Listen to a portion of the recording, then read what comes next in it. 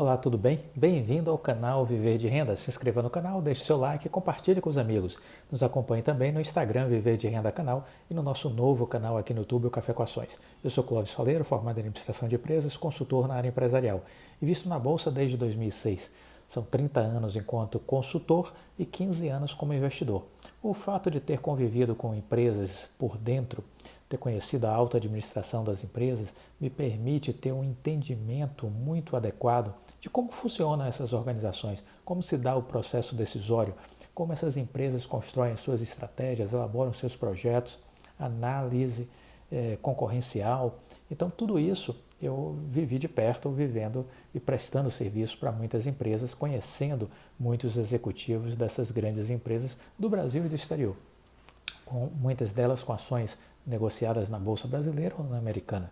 Né? E enquanto investidor, 15 anos errando e aprendendo, porque não tive ninguém que me orientasse, que me mostrasse o caminho das pedras, que tentasse me advertir, olha, não vá por aí que é arriscado, não vá por aí que você vai se dar mal. Não houve essa pessoa que chegasse de alguma forma e ancorasse o meu processo de desenvolvimento no mercado financeiro. Foi por tentativa e erro. Então agora, no ano passado, em julho, eu resolvi criar o Viver de Renda. Era um projeto antigo que estava dentro da gaveta, tirei por conta do tempo que eu tive, vamos dizer assim, mais disponível por conta da pandemia, e aí resolvi tornar esse projeto realidade, e com isso nasceu o Viver de Renda, para exatamente fazer esse compartilhar de histórias, de conteúdos, de uma visão sobre o mundo corporativo e dos investimentos. Se o conteúdo for útil, deixe o seu like e compartilhe com os amigos. Né? Ajude o canal a crescer. Ative o sininho para estar sempre recebendo notificações de novos vídeos. Né? E maratone os vídeos do canal, acho que é fundamental. Aqui na playlist eu estou organizando em pastas, mas eu recomendo que você assista todos os vídeos, desde o 1º de julho do ano passado. Por quê? Porque eu tenho diversas, vamos dizer assim, séries de vídeos onde eu conto coisas muito interessantes. Eu falo sobre a necessidade de você ter uma mente adequada para o mundo dos investimentos. É preciso pensar como os ricos, como os grandes investidores. E o que os faz diferente de nós? Por que precisamos mudar, construir uma nova mentalidade? Né? Então, tem vídeos falando sobre isso. Que livros eu já li ao longo da minha trajetória que fizeram diferença na minha formação enquanto investidor ou formação empresarial? Também cito isso nos vídeos aqui da playlist. Como eu quebrei na bolsa, né? Como eu não deu certo as minhas ações de especulação, de day trade, por que eu condeno isso hoje? Né? Que riscos existem no mercado financeiro? Né? Que tipo de coisas a gente precisa estar atento para não ser induzido a erros, como as pirâmides financeiras, né? os cursos promotores de ilusão que prometem mundos e fundos para você, que você vai ficar rico da noite para o dia, pessoas que aparecem em vídeos com carrões, dizendo que ganharam aquilo no mercado financeiro e aquilo é pura balela, que eles não ganharam absolutamente nada, aquilo é herança de família, e eles estão ali criando pirâmides financeiras ou cursos para lhe tapear e aí fazer dinheiro com o que eles estão te vendendo. Né? Então tem muito conteúdo e vale a pena você acessar, maratonar todos os vídeos aqui do canal. Né? Bom, estamos terminando o dia de sábado, né, o nosso giro de análise, vamos dizer assim, sobre estudo de caso que a gente faz sobre a Oi, e aí eu acabei buscando uma matéria para compartilhar com vocês, porque vinha sendo pontos assim recorrentes de questionamentos de vocês sobre será que não é bom investir em empresa em recuperação judicial? E eu já me posicionei contrariamente a essa ideia, né? Mas aí eu fui buscar e pesquisar mais informações sobre o que está acontecendo nesse momento com empresas que têm ações em bolsa e que estão passando por recuperação judicial. Tá? E aí eu queria compartilhar com vocês para a gente pensar juntos. A matéria que eu fui buscar, ela saiu na coluna Seu Dinheiro, né? E aí ela diz o seguinte: uma das máximas do mundo dos investimentos é que quanto maior o risco, maior o retorno. E se há uma classe de ativos arriscada, é a das ações de empresas em recuperação judicial, uma condição que na maioria dos casos antecede a falência. Não são poucas as companhias de capital aberto que estão nesse estado. Atualmente são 20 que possuem ações na Bolsa de Valores. 20 empresas encontram-se numa situação financeira crítica num processo de recuperação judicial. A mais famosa delas é a Oi, cujo processo se arrasta desde 2016 e já foi alvo de inúmeras contestações por parte dos credores. Além da Tele, há outras 19 empresas com ações negociadas na Bolsa. São elas a Bardella, a Eternit, a Fertilizante Hering, a Gradiente, a Hotéis Otton, a Inepar, a João Fortes Engenharia, a Lupatec, MMX, PDG, Pome Frutas, Renova Energia, Refinaria Manguinhos, Sansui, Saraiva, Tecnosolo, Teca, Viver e Witzel. Todas essas ações têm um ponto em comum: sofreram um intenso processo de desvalorização desde o anúncio da recuperação judicial, às vezes até na fase que antecedeu a recuperação judicial, passando a ser negociadas a uma fração de centavos, muitas delas, né? É o que eu chamo de bacia das almas. E essa queda brusca nos papéis é mais do que justificada. Um levantamento do Banco Central mostra que entre todas as pequenas e médias empresas que dão entrada no processo de recuperação judicial, apenas 9% voltam a operar normalmente. 91% tem a falência decretada, quando se olha pequenas e médias empresas. No caso das grandes empresas, os números são um pouco melhores. 57% são bem-sucedidas, as recuperações, enquanto 43% vão falir. Vale lembrar, no entanto, que as grandes empresas são minoria no universo de recuperações judiciais, certo? Então, o que mais essa matéria nos fala? As recuperações judiciais costumam ser demoradas. Os processos bem-sucedidos se arrastam geralmente em cerca de 3 anos. Lembremos que a UI deu entrada em 2016 no pedido, 2017 foi aprovado e estamos já em 2021. Então vejam aí que tem um bom tempo já excedendo aqueles 3 anos, né? Os casos que terminam em falência tendem a durar até 4 anos, de acordo com o Banco Central. Ou seja, ações de empresas em recuperação judicial, por mais baratas que sejam, podem permanecer nesses patamares por um tempo prolongado.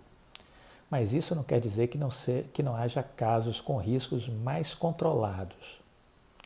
A decisão de comprar uma ação com essas características passou por uma série de questões. Em primeiro lugar, você precisa ter bastante tolerância a eventuais perdas. Em segundo, deve ter a consciência de que tais ações podem ficar anos sem reagir. Em terceiro, deve analisar a fundo as empresas, de modo a ter confiança na reestruturação. E, de fato, na lista mencionada acima, há algumas companhias que se encontram em melhores condições do que as outras.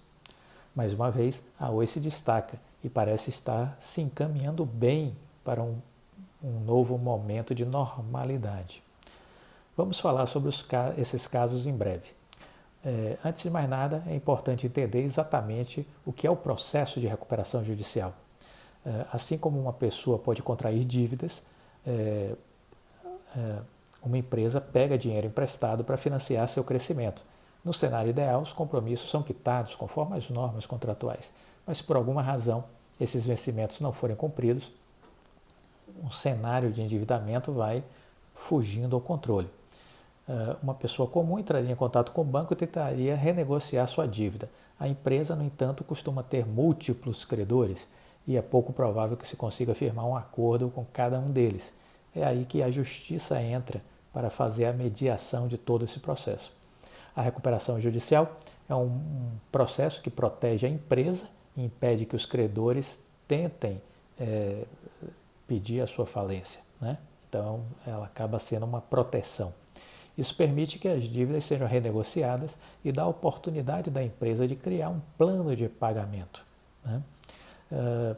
Quando uma empresa dá entrada no pedido de recuperação judicial, todo um cronograma é disparado. É preciso apresentar um plano, os credores têm outro prazo para apresentar objeções, Normalmente são várias inicialmente as objeções e, nesse caso de desacordo entre as partes, é feita uma assembleia de credores para votar a aprovação do plano. Inicialmente, o prazo de blindagem das empresas é de 180 dias, podendo ser prorrogado por igual período. Simplificando a questão, a maior parte das recuperações judiciais tem como objetivo fazer a dívida caber na empresa, né? Se a dívida não cabe, ela não consegue pagar. E aí dá início o processo para reestruturar os vencimentos. O plano em si costuma recorrer a alguns mecanismos para permitir o pagamento das dívidas da empresa, alongamento de prazo, proposta de descontos, são as ferramentas mais comuns, assim como eventuais capitalizações para aumentar a capacidade financeira da companhia. Dito isso, como saber que empresas têm mais chances de ser bem-sucedidas, né? Conforme já dito, a Oi é a empresa que aparece aí mais bem posicionada nesse grupo de RJ, de recuperação judicial. Após alguns anos de disputa e inúmeros ajustes no seu plano, a companhia finalmente conseguiu avançar com um novo plano de adiantamento, com uma visão estratégica que foi aprovada pelos credores e que previa o levantamento de um caixa consistente para fazer, vamos dizer assim, para fazer um contraponto às obrigações financeiras. De lá para cá, nos últimos meses, o que a gente viu, pegando aí a partir de setembro do ano passado para cá, foram vendidas as torres, os data centers, a rede de telefonia móvel e agora a parte da rede de fibra ótica que está sendo negociada. São cifras que impressionam, estamos falando aí de uma quantia que, somadas, a gente tem a Oi Celular, a venda da Oi Móvel, 16,5 bilhões, as torres da data center 1,4 bilhão e a parte de rede de fibra ótica 12,9 bilhões. Então são cifras que realmente impressionam. A percepção é que a recuperação judicial segue caminhando bem e de que a companhia finalmente conseguirá sair desse processo ainda este ano de 2021. Né? A Justiça deu prazo para outubro fazer o encerramento da recuperação judicial. A Oi pode tentar convencer a Justiça a postergar isso, talvez até o final do ano. Entre os diversos bancos, casas de análise, começam a surgir algumas projeções com relação ao preço das ações da Oi pós saída de recuperação judicial. O Bradesco BBI lançou aí um preço-alvo de R$ 3,40, o BTG Pactual R$ 3,10, o UBS R$ 3,00, o HSBC R$ 2,35, Santander R$ 2,30. E o Credit Suisse recentemente colocou R$ 1,80. Mas o próprio UBS também admite que o preço pode chegar a R$ 5,00 rapidamente. Além da Oi, poucas empresas são apontadas pelos analistas como possíveis candidatas a investimento. A mais citada é a Eternit, que entrou com pedido de recuperação judicial em 2018. Falaremos mais sobre a Eternit amanhã, mas aqui a gente ainda completa um pouco essa informação. O caso da Eternit é emblemático, tradicional fábrica de telhas, caixas d'água de amianto, que viu seu produto proibido no mundo inteiro por ser um composto químico cancerígeno. Foi sendo proibido em diversos países e também aqui no Brasil por diversos governos. A hesitação em abandonar a matéria-prima colocou a empresa numa situação financeira super delicada, porque era o seu principal produto, mas desde que a recuperação judicial teve início, a Eternit passou então por uma grande reestruturação em suas operações, o amianto foi abandonado em definitivo, assim como a divisão de louças e metais sanitários, e agora a empresa se dedica às telhas e outras estruturas para telhados, mas usando materiais como fibrocimento e inclusive com as telhas aí de captação de energia solar, que é uma inovação que ela vem perseguindo, né? O resultado começa a aparecer. A Eternit reportou lucro no quarto semestre de 63,5 milhões, no quarto trimestre de 2020. A dívida bruta está cada vez menor, encerrando o ano passado em 66 milhões. E assim como a Oi, a companhia também tem se recuperado na bolsa. As ações da Eternit já acumulam ganhos de 83% desde o início de 2021, sendo negociadas na faixa de R$ 23,00. o que aí faz um contraponto em relação à Oi, que continua na bacia das almas. Mas veja que essa recuperação da Eternit se dá também por conta de não se ver mais no horizonte da empresa, vamos dizer assim, aspectos que possam fazer ir por terra todo o processo de recuperação, porque alguns analistas ainda insistem em ver, sobretudo com relação ao CAD e Anatel, riscos de impedir a venda da Oi Celular, o que condenaria a empresa à falência, né? Aí ele cita que uma terceira empresa apontada como potencial vencedora desse processo de recuperação é a construtora Viver. Ela também passou por intensa reestruturação de suas operações e já conseguiu reduzir bastante seu endividamento, embora tenha alguns desafios ainda pela frente. Desde o início do processo, a Viver deixou as atividades de construção e incorporação de lado, passando a focar na gestão de ativos imobiliários. A dívida total gira em torno de 200 milhões, mas é um problema. A empresa ainda dá prejuízo e tem EBITDA negativo. A própria geração de receita é bastante fraca, 16 milhões no quarto trimestre de 2020. Assim, se é verdade que a transformação operacional e a contenção de endividamento são boas notícias, também é verdade que a empresa está num estado de quase hibernação, o que deixa o cenário futuro ainda incerto.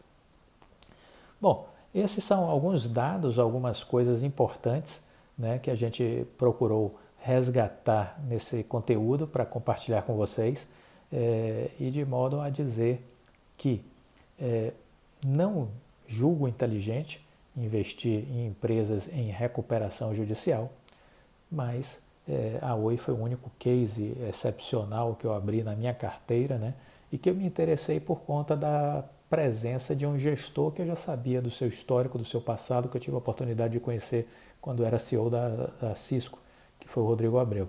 E a partir dali eu percebi o plano estratégico dele, vi que aquilo fazia lógica, sentido, e comecei a acompanhar a empresa, comecei a investir e com o passar do tempo fui fortalecendo a minha convicção de que aquela empresa sairia sim da recuperação judicial.